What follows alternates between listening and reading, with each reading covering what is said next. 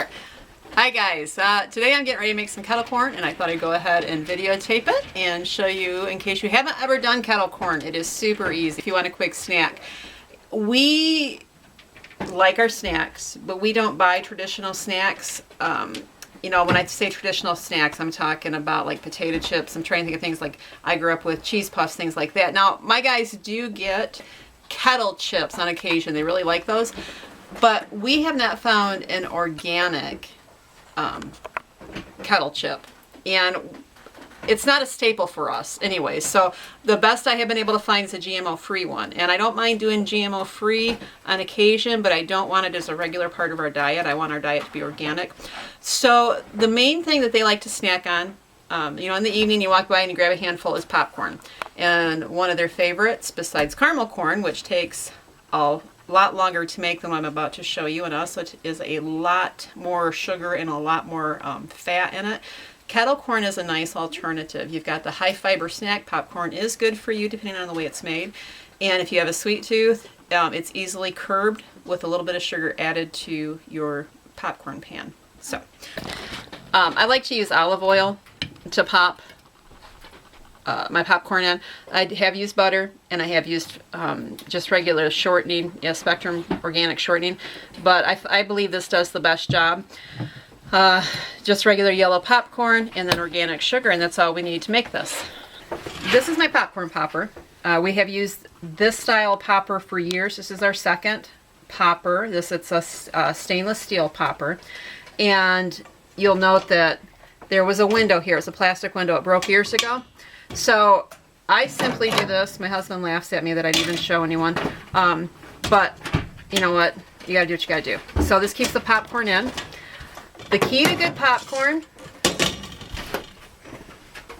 on a wood stove or on any stove when you're not using your microwave. I know everybody likes microwave popcorn, but it's really unhealthy for you to begin with, even the organic. And it's really expensive. I mean, you know, when you're watching your pennies and dimes, everything helps. And if you want to put a healthy snack on the table, try making it on the stovetop. I use just about a cup of popcorn in this popper.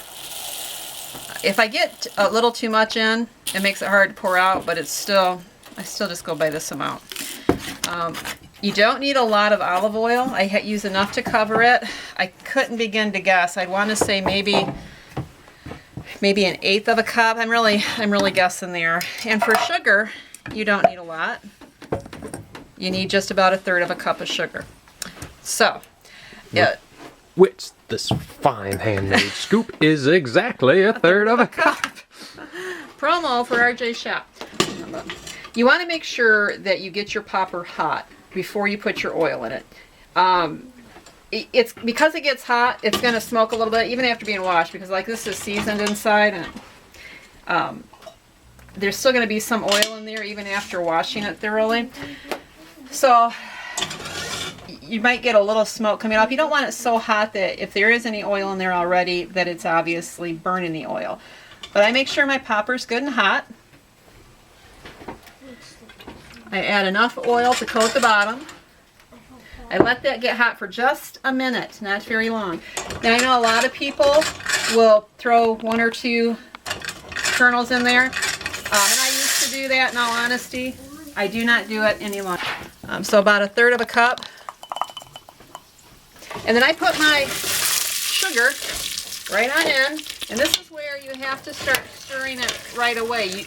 Normally, and I don't know if I hope you can hear me. Gotta get out of this heat.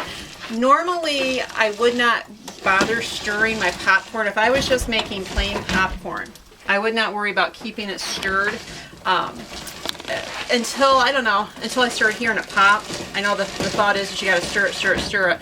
But I find that it actually slows it down for me. Now, on the other hand, the sugar in the popcorn for the kettle corn makes everything so much hotter, and it starts popping a whole lot faster, and so I stir this from the beginning.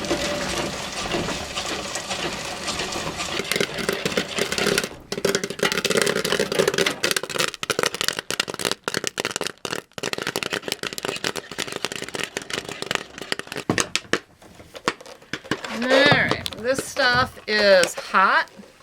You gotta remember, you've basically made a syrup right in there, so think how hot sugar gets. So be careful when you pour this out.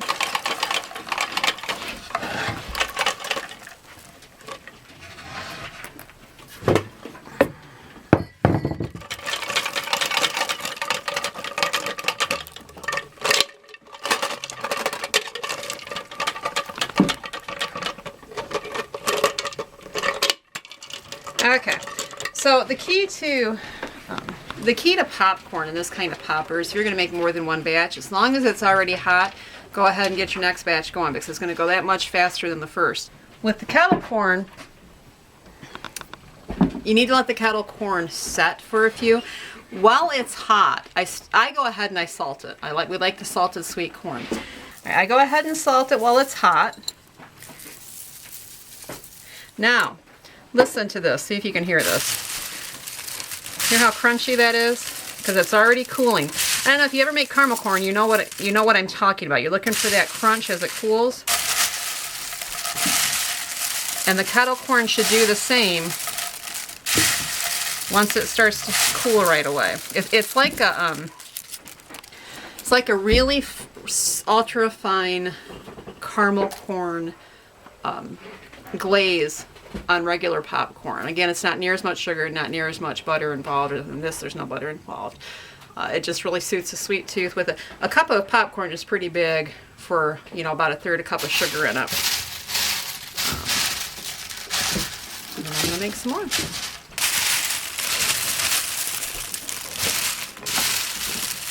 If you don't break it up, it'll be like a big popcorn ball. Sometimes what I will do, as most of you know that watch us, we have a huge chocolate craving. When it's hot, I will sprinkle some chocolate chips in it. Just like this, I'll shake it real quick. And then I'll slide it in the ice box for it to get cold and get those chocolate chips hard. And that's really good. That's a nice additional treat to it for a snack during a game night or something.